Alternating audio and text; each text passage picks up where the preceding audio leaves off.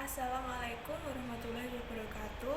Perkenalkan, nama saya Yastika Oktaviana dari kelas 4D. Di sini saya akan menjelaskan materi tentang investasi dalam saham. Tujuan investasi. Investasi dalam saham terbagi dalam dua kategori. Satu, investasi jangka pendek. Tujuannya memanfaatkan uang yang menganggur dan penjualannya untuk memenuhi kebutuhan uang. Yang kedua, investasi jangka panjang. Tujuannya untuk mengawasi perusahaan lain.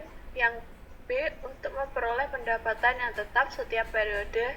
C, untuk membentuk suatu dana khusus. D, untuk menjamin kontinuitas suplai bahan baku. E, untuk menjaga hubungan antar perusahaan. Motivasi investasi untuk memperoleh kembalian yang tinggi, untuk mengamankan kegiatan tertentu atau pendanaan tertentu dengan perusahaan lain.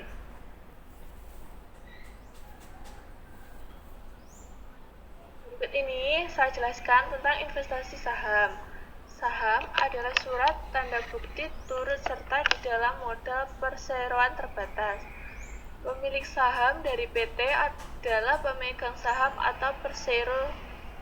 Jenis saham dilihat dari bentuk saham atas nama dan atas pembawa. Yang kedua, dilihat dari penetapan nilai saham. Saham atas nilai nominal, tanpa nilai nominal, saham tanpa nilai nominal tapi mempunyai nilai yang dinyatakan.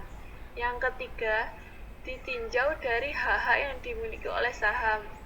Saham biasa dan saham preferen.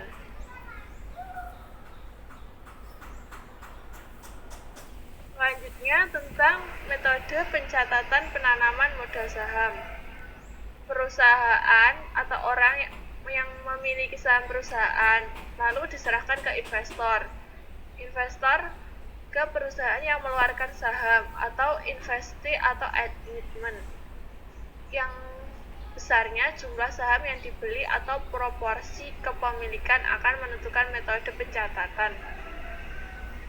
Metode pencatatan penanaman modal saham tergantung persentase kepemilikan saham, yaitu persen jumlah lembar saham yang dimiliki investor dibandingkan jumlah lembar saham yang beredar.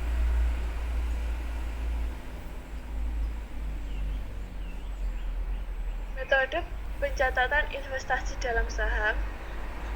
Persentase kepemilikan apabila kurang dari 20%, metode pencatatannya melalui metode nilai wajar atau fair value method atau cost. Jika 20% sampai dengan 50%, metode ekuitas atau equity method. Yang selanjutnya lebih dari 50% dibuat laporan keuangan yang dikonsolidasikan untuk kedua perusahaan itu. Pembelian saham. Saham yang dibeli dapat diperoleh dengan cara dibeli secara tunai atau ditukar dengan aktiva. Saham yang dibeli dengan tunai, harga pokoknya adalah jumlah semua uang yang dibayarkan, yaitu terdiri dari harga kurs, biaya-biaya komisi, materai, dan lain sebagainya, dengan mendebet rekening investasi dalam saham. Saham yang ditukar dengan aktiva, harga pokok saham dicatat sebesar harga pasar aktiva yang digunakan sebagai penukar. Jika harga aktiva tidak dapat ditentukan, maka harga pokok saham akan dicatat sebesar harga pasar saham. Jika keduanya tidak diketahui nilainya, harus ditaksir. Selanjutnya, mencatat transaksi pembelian saham.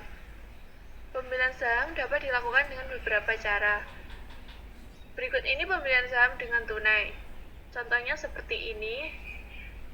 Menghasilkan jurnal investasi dalam saham 10.625.000 dengan kas Rp 10.625.000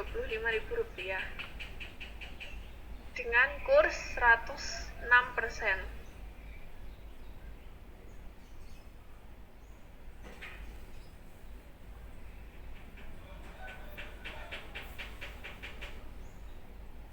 pembelian saham dengan menyerahkan aktiva selain kas, investasi dapat dicatat sebagai berikut. Sebesar harga aktiva yang diserahkan, sebesar harga pasar saham jika harga pasar aktiva tidak diketahui. Berikut ini contoh pembelian saham dengan menyerahkan aktiva selain kas.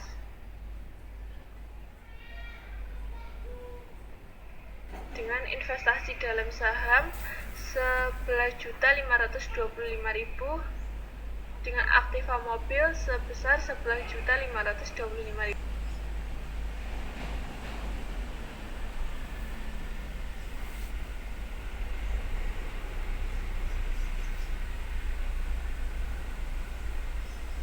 Contoh pembelian saham melalui aktiva dengan penanaman modal dalam saham prioritas 1.100.000, pendapatan dividen sebesar 15.000. Dengan kas 1.115.000.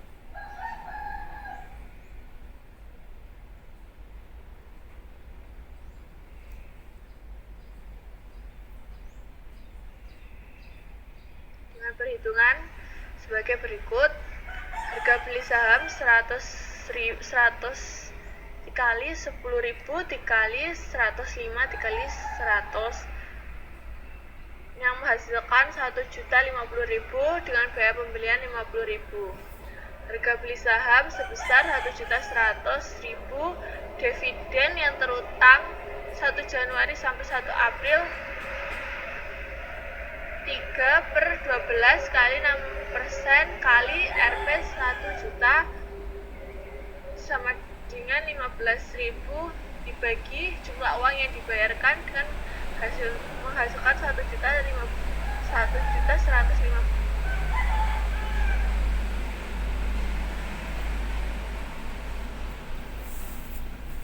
Kas 60.000, pendapatan dividen 60.000, perhitungan pendapatan dividen 6% kali 1 juta sama dengan 60.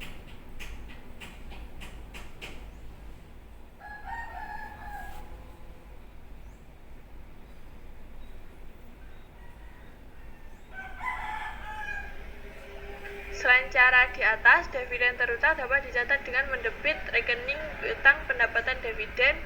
Cara ini akan menyebabkan dividen yang diterima pada tanggal 31 Desember akan dikreditkan kedua rekening, yaitu rekening piutang pendapatan dividen sebesar 15.000 dan rekening pendapatan dividen sebesar Rp 45.000. Maka jurnal tanggal 31 Desember dengan kas 60.000, piutang pendapatan dividen 15.000, pendapatan dividen sama dengan 4.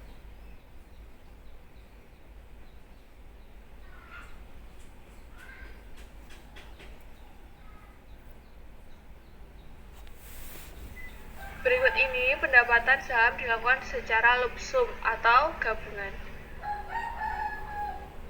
Maka harga perolehan masing-masing jenis saham harus dipisahkan. Dasar yang dipakai untuk memisahkan adalah harga pasar masing-masing jenis saham. A. Jika harga pasar masing-masing jenis diketahui, maka didasarkan pada perbandingan jumlah relatif masing-masing saham. B. Jika diketahui satu jenis saham, maka dipakai dasar sebagai harga perolehan saham yang bersangkutan, sisanya merupakan harga perolehan saham yang lain. Jika harga pasar masing-masing jenis tidak diketahui, maka tidak dapat dipakai untuk pemisahan HP masing-masing dan ditangguhkan sampai salah satu saham diketahui harganya.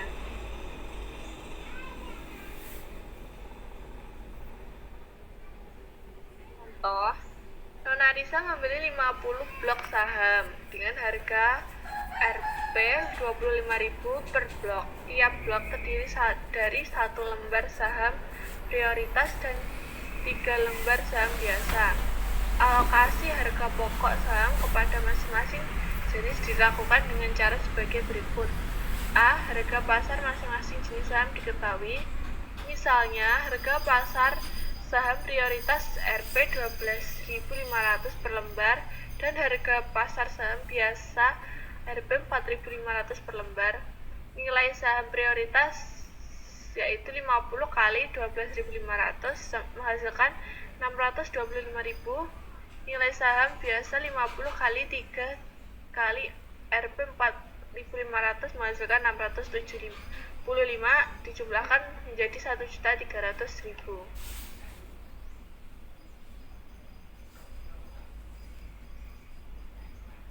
Berikut ini bisa dilihat harga pokok saham prioritas. Yang selanjutnya harga pokok saham biasa bisa dilihat. Harga pasar yang diketahui hanya saham prioritas. Misalnya harga pasar saham prioritas 12.500 per lembar, sedangkan harga pasar saham bisa tidak diketahui. Harga pokok saham dihitung sebagai berikut. Harga beli saham prioritas dengan saham biasa sama dengan 1.250.000. Harga pasar saham prioritas 50 kali 12.500 dengan hasil 625.000. Harga pokok saham biasa 625.000. Jurnal penanaman modal dalam saham prioritas 625.000. Penanaman modal dalam saham biasa 625.000 dengan kas 1.250.000.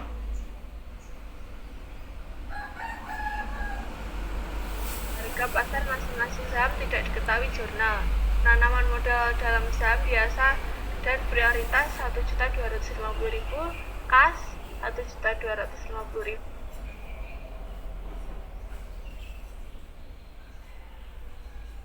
Contohnya sebagai berikut.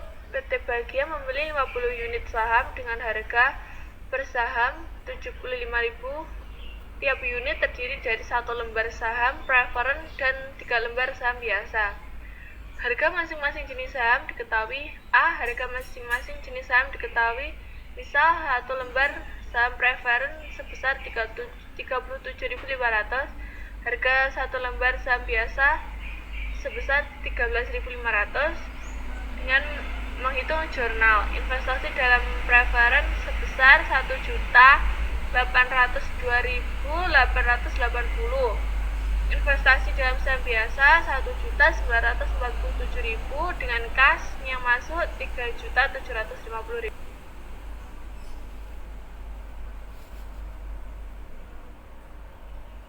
Yang kedua, harga pasar yang diketahui hanya salah satu saham. Misal, harga pasar 1 lembar saham preference sebesar 37.500 dan harga saham biasa tidak diketahui.